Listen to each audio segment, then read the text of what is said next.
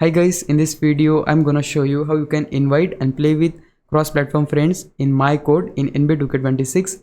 It's quite easy. Very first thing you need to make sure is that your friends crossplay should be turned on and your crossplay also need to turn on in order to invite him in MyCourt. Once you're sure about that, just hit L1 and R1 on your controller or LB or RB on Xbox to open this pop-up.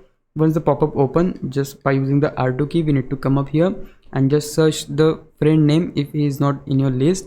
Once you send him the friend request and once he accepts that, you're gonna see the friend right here in NBA 2K friends list, and from here you can just select the friend and send him the invitation. Once he accepts the invitation, the friend will be right here in your code, and then you can easily practice with him or play with him in MyCourt. So right here, once you get into the code, just press on your start key and you're gonna see the options like this: 1-on-1, 2-on-2 or 3-on-3. So that's pretty cool. You can also easily change the slider preset if you like by using the R3.